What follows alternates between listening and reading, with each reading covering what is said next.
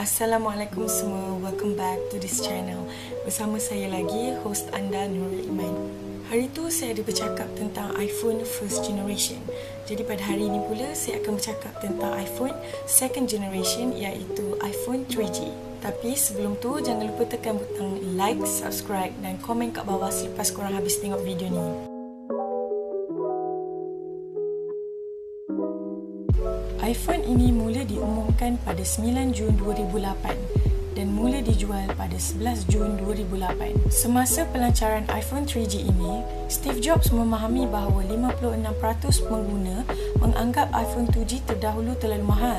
Maka beliau telah menurunkan harga iPhone 3G kepada $199 bagi storage 8GB berbanding dengan iPhone 2G $599 untuk 8GB. Impian Steve Jobs ialah dia mahu semua memiliki iPhone dan ia bukanlah produk yang mewah. Dengan slogan-slogan mereka kali ini, "The iPhone you have been waiting for," "The first phone to beat the iPhone," "Twice as fast for half the price," "The most advanced mobile OS, now even more advanced," dan "New features, new price." Okey, mari kita bercakap tentang spesifikasinya pula. iPhone 3G ini bersaiz 3.5 inci, 50.9% screen to body ratio dan beratnya dalam 133 gram. Sedikit ringan daripada iPhone first generation.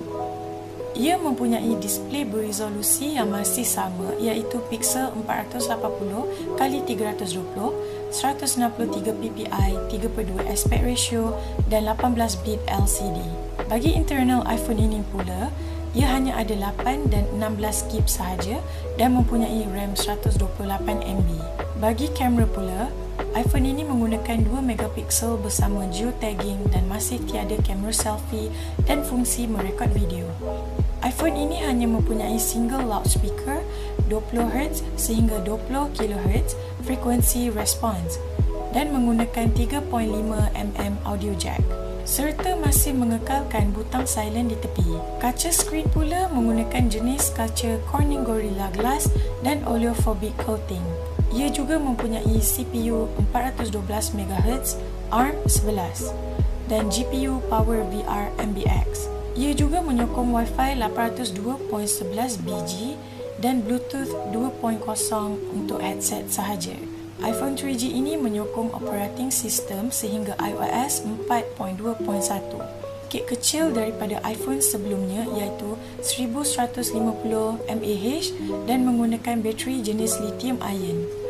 Bateri yang non-removable dan mampu bertahan sehingga 300 jam dalam standby mode. Pada 28 Julai 2010, penulis jurnal Digits telah mengkritik bateri iPhone ini yang menjadi semakin panas dan mengurangkan kualiti bateri selepas update ke iOS 4.